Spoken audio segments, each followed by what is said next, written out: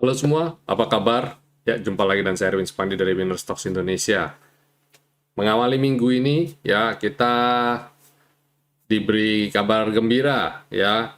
Pertumbuhan ekonomi Indonesia masih ada di level 5,72%. Wow, year on year. Artinya apa? Ini bulan November dan data ini dibandingkan dengan November tahun lalu. Itu yang kita sebut sebagai year on year. Jadi November 2021 compare with 2022 November. Ya, sama-sama di bulan November, pertumbuhannya 5,72%. Ya, nice ya.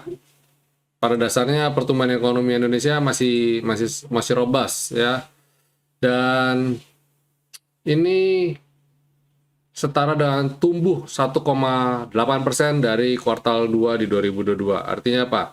Artinya di kuartal 2 kuartal 2 di 2022 dibandingkan dengan kuartal 3 ini naik 1,8%, which is juga bagus ya. Jadi per kuartalan juga memberikan signal positif.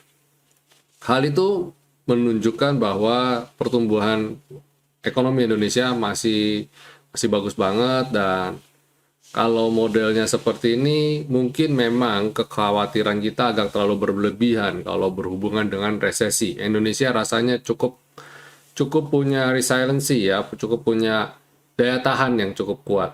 Tapi ingat, Indonesia ada dalam mata rantai dunia, ekonomi dunia, yang mana ketika satu kena krisis dan memiliki efek domino ke negara lain, sampai akhirnya bisa sampai ke Indonesia. Mungkin Indonesia tidak akan sampai babak belur, tidak sampai ambiar, tapi tetap kita merasakan juga krisis itu.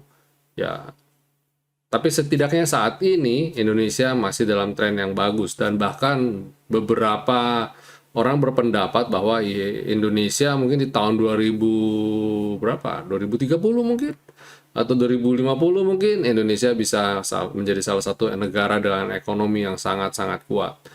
Ya, semua kembali lagi nanti ke, ya tentu saja, kebijakan yang diambil pemerintah dan sebagainya ya.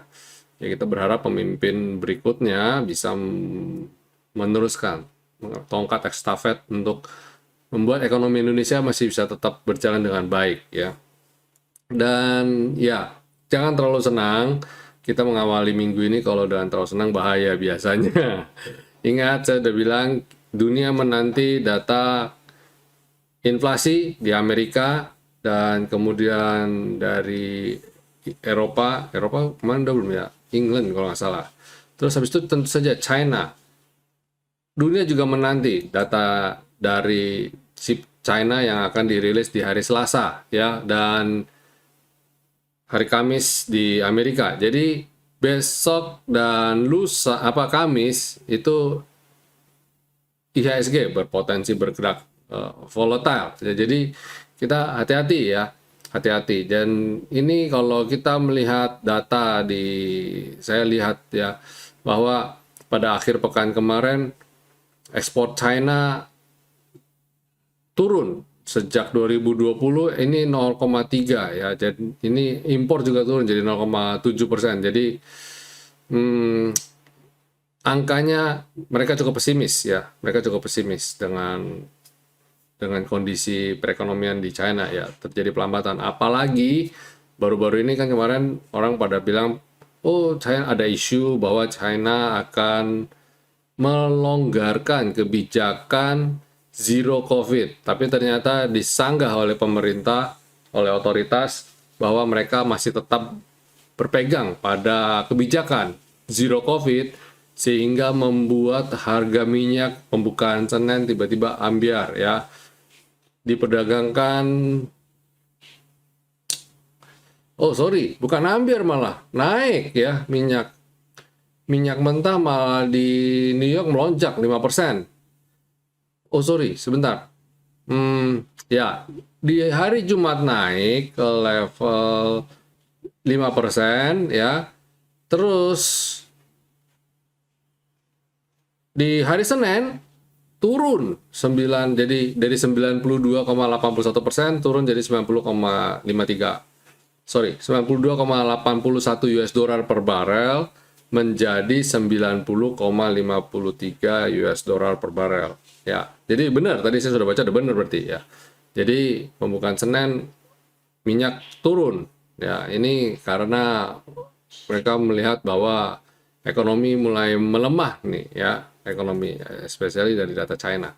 Ya, itu saya bilang tadi. Jadi kita di minggu ke depan, di minggu ini kita akan menghadapi turbulensi ya. Jadi fasten your seatbelt ya, jangan terlalu agresif. Kalau hari ini IHSG bisa bergerak dalam tren yang bagus, ya itu semata-mata karena data ekonomi yang dirilis saja. Belum mencerminkan pergerakan yang ke depan yang akan terbang ya. Nah, ini dia nih. Ini chart, based on chart ya. Seperti ya, kalau ya Bapak Ibu yang ada di dalam inner stock sih udah lihat ini, udah nggak kaget ya.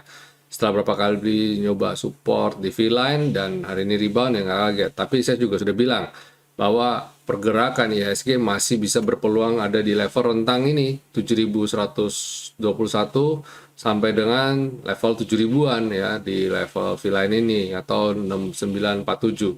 Ya, masih bergerak di rentang ini. Jadi saya kecil kemungkinan IHSG bakal breakout, apalagi besok akan rilis data ekonomi. Jadi kalau besok kepentok dan koreksi jangan kaget.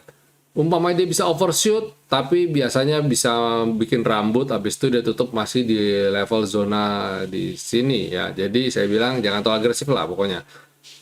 Selasa China akan mengumumkan data inflasi ya, Consumer Price Index, sedangkan Amerika ada di hari Kamis. Jadi ya kita dua tanggal ini keramat nih. Ya itu, dan hari ini tapi asing hari ini good ya, net buy 426,4 miliar dengan transaksi kumulatif ada di level 11 triliun. Jadi nice ya, IHSG masih dalam tren yang bagus nih. Bahkan transaksi hari ini di atas transaksinya penutupan di Jumat kemarin. Jadi overall masih oke. Terus bagaimana dengan sektoralnya? Coba kita cek sektoralnya. Wow, IDX Basic ya, kemarin udah saya singgung-singgung. Kemarin topik saya adalah harga komoditi yang bisa menjadi penopang indeks, dan ya hari ini emitennya ada MDKA, ada BRMS, Inco, Antam, dan ini kita udah rekomendasiin ya, MDKA, Antam kita udah mention ya, Inco kita udah mention di rekomendasi waktu penutupan Jumat kemarin ya. Ya. Terus bahkan MDKA kita sudah rekomendasi beli sejak 2 November. Dan Inco sejak 27 Oktober ya. Wow banget kan. Jadi harusnya Inco dari 27 Oktober sudah saya rekomendasikan. Dari areal ini ya, saya sudah kode-kode untuk buy on weakness, untuk beli dan sebagainya, dan bam, naik. Antam kita rekomendasikan dari kapan ya Antam ya, BRMS deh. BRMS kita udah rekomendasikan dari tanggal, dari saya singgung-singgung udah lama BRMS, dari tanggal 17 Oktober.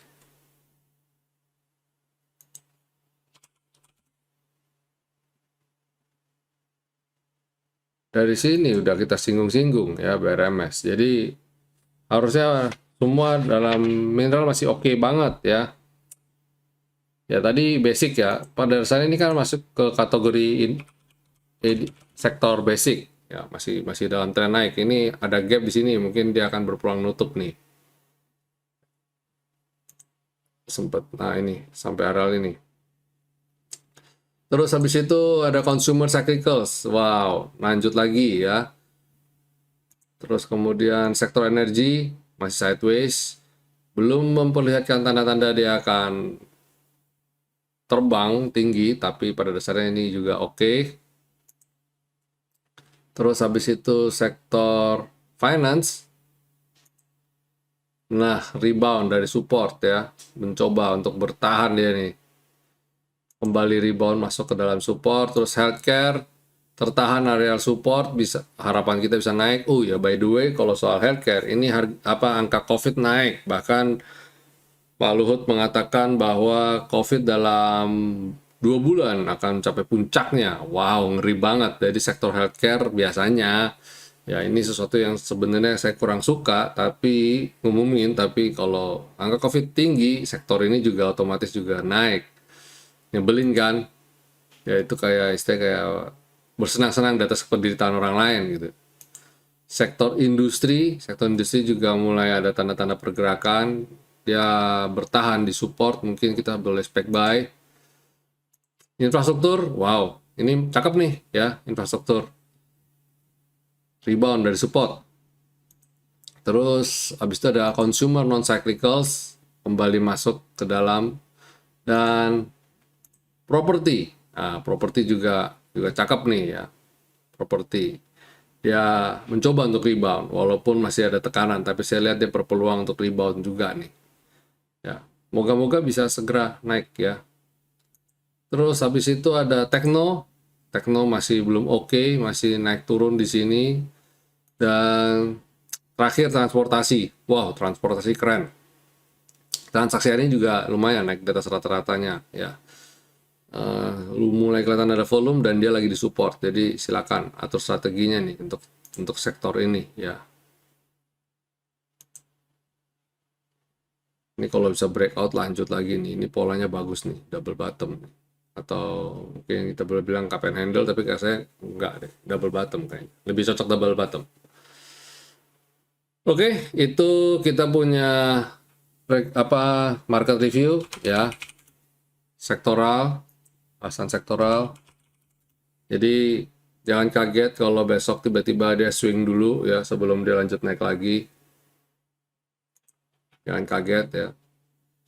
Oke, kita masuk segmen berikutnya, itu rekomendasi untuk perdagangan tanggal 8 November. Apa aja yang bisa kita perhatikan? Pertama adalah LSIP. Ini menarik banget ya. Dia udah mulai confirm sinyal rebound. Habis LSIP ada Saratoga. Ini juga cakep ya, lagi disupport juga dan rebound juga. Walaupun dia kena resisten, tapi kalau dia bisa comeback naik sih menarik. Terus habis itu ada Harum. Ya, ini yang lain dan naik tinggi, ini belum. Jadi, apakah ini menjadi momentum untuk reversal signal? Coba kita pantau. Terus habis itu ada Astra International. Ini juga rebound dari support ya, menarik untuk dicermati. Ini jadi begini trennya. Astra International ya. Terus habis itu last but not least ada SMDR. Cakep nih SMDR. Ini kalau besok dia bisa breakout ini, mestinya cakep sih ini, areal ini nih.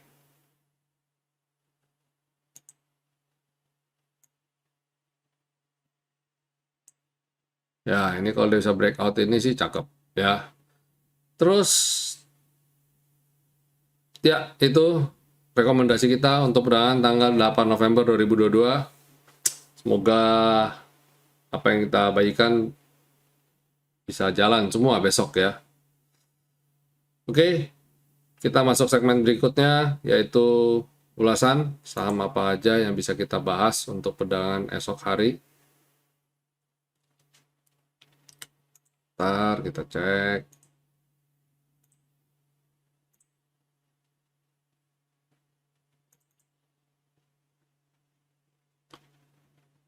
Harum, ya Harum ini masuk rekomendasi kebetulan. Jadi berang lama sejak split, posisi minus 8%. Apakah hold atau jual? Hold dan jual atau average down? Ya, hold dan jual. Hold atau jual maksudnya ya. Ya, ini malah average down kalau saya bilang ya, menarik nih. Average down untuk kemudian target saya moga-moga dia bisa sampai sini. Kalau ini tren harga komoditi mineral ini masih berlanjut dan isu baterai juga diangkat. By the way, ini menjelang KTT G20 ya. Dan isunya adalah green environment. Jadi ESG ya. Yang pasti akan banyak dibahas. Jadi kalau dia bisa naik ke sini, wow itu keren nih, double bottom nih. 1, 2 ya. Moga-moga nyampe, keren, bisa 16%-an. Dan ini ada gap di sini. Ini ada gap. Mungkin kesini aja nggak usah muluk-muluk kalau saya sih. Ke areal ini, ke areal 1860. Itu cukup happy buat saya. Oke. Ya, itu dulu teman-teman. Video kita, market review, rekomendasi, serta ulasan untuk perdagangan tanggal 8 November 2022. Oke, itu dulu.